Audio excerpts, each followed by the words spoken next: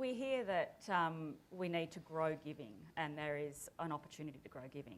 And should we be targeting the high net worth for further giving, or should we be targeting the next generation, the emerging givers, and mid-level donors in terms of those who have got a revenue and an income stream that's sufficient to actually get addicted to giving?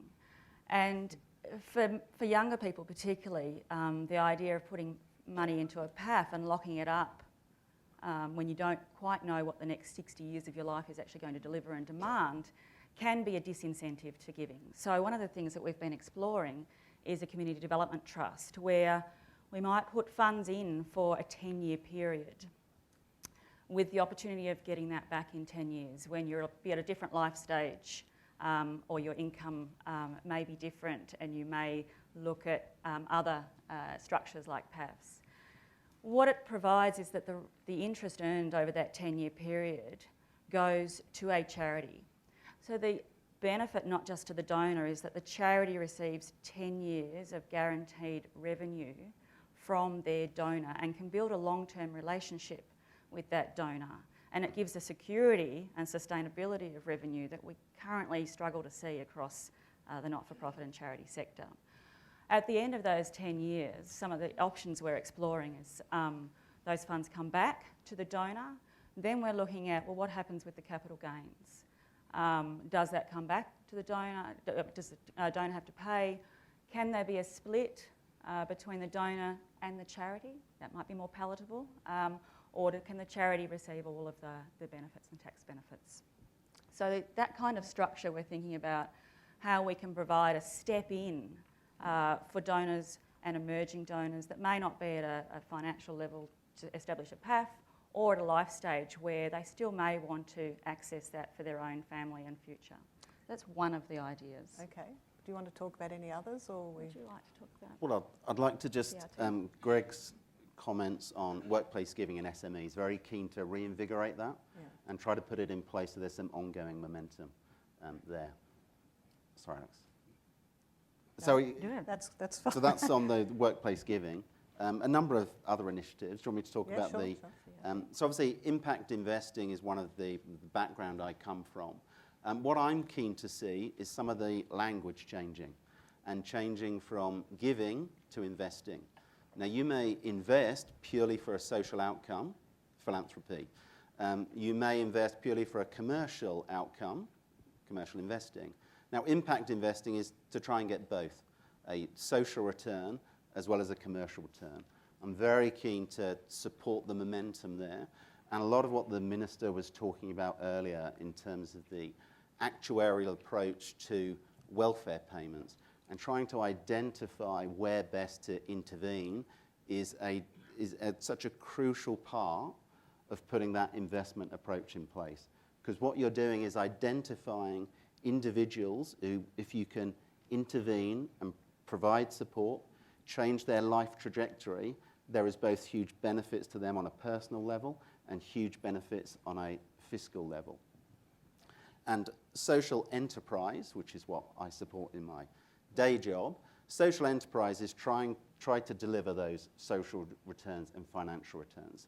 So some of those individuals who might struggle to get into the workplace, social enterprises can be a vehicle for enabling them to get into the workplace with huge benefits fiscally, huge benefits for the community, and huge benefits financially if you can create viable, commercially viable vehicles. So I'm very keen to see that momentum continue. And then there's a role for the partnerships between philanthropy and commercial investors and impact investors. So Catherine knows that we're looking together at how do we partner to create new social affordable housing in Victoria. How can a philanthropy and commercial investor partner, but actually deliver commercial returns, but with those social outcomes? In New South Wales, we're looking with a philanthropist about setting up a social enterprise.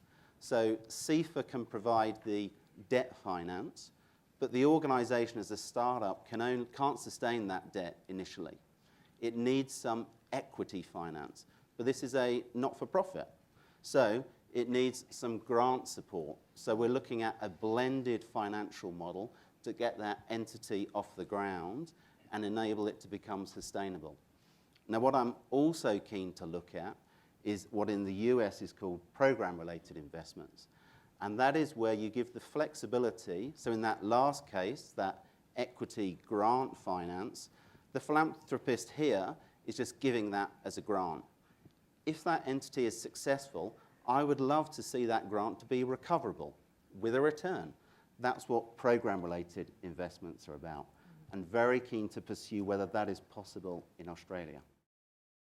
Certainly the DGR and a simplification of the DGR status and framework here in Australia is an absolute end goal for me personally, and it is on the agenda for the community business partnerships, because we see that that can have such a positive impact on the charity not-for-profit sector and the donor community as well. Now, there will be a cost to that, but there's also savings and efficiencies to be made.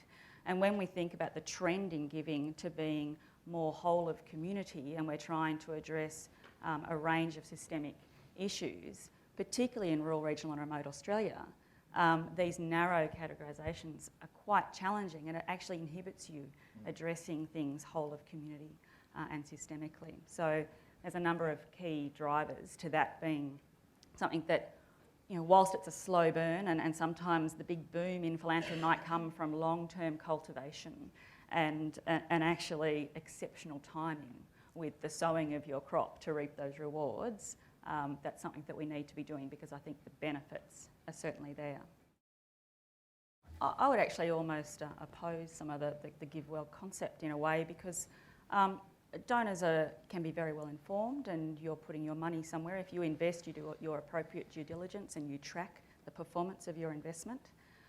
Why would we put more demands on the not-for-profit and charitable sector to demonstrate that they're doing good because, you know, we want to know our money's being spent well, when we as donors could actually do that ourselves, and potentially as donors collaborate to ensure that we're sharing performance and understanding of the not-for-profits that we're investing in, rather than putting that onus on those that are already pretty stretched using our funds to do good.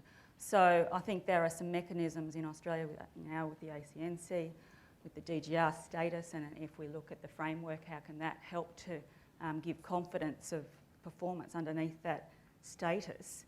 But let's not push more onerous reporting and to demonstrate that they're actually using our funds effectively from those that we're actually trying to enable and support. So I would approach that with some caution. Can I just add? Yeah, definitely. Yeah. Because I would be more supportive of it. I think it's really important. Outcomes per dollar is such an important metric, We focus so much of our time on how to make the pie bigger, and we need to focus much more of our time about how it's spent more effectively. And I think that is one mechanism. I think we need to make it much easier for organisations to demonstrate their outcomes so it doesn't become a burden. And I also think there must be much more scrutiny on government expenditure. So that $154 billion, and that's just Commonwealth, and you go across states and territories, much more focus on the effectiveness of how that is spent.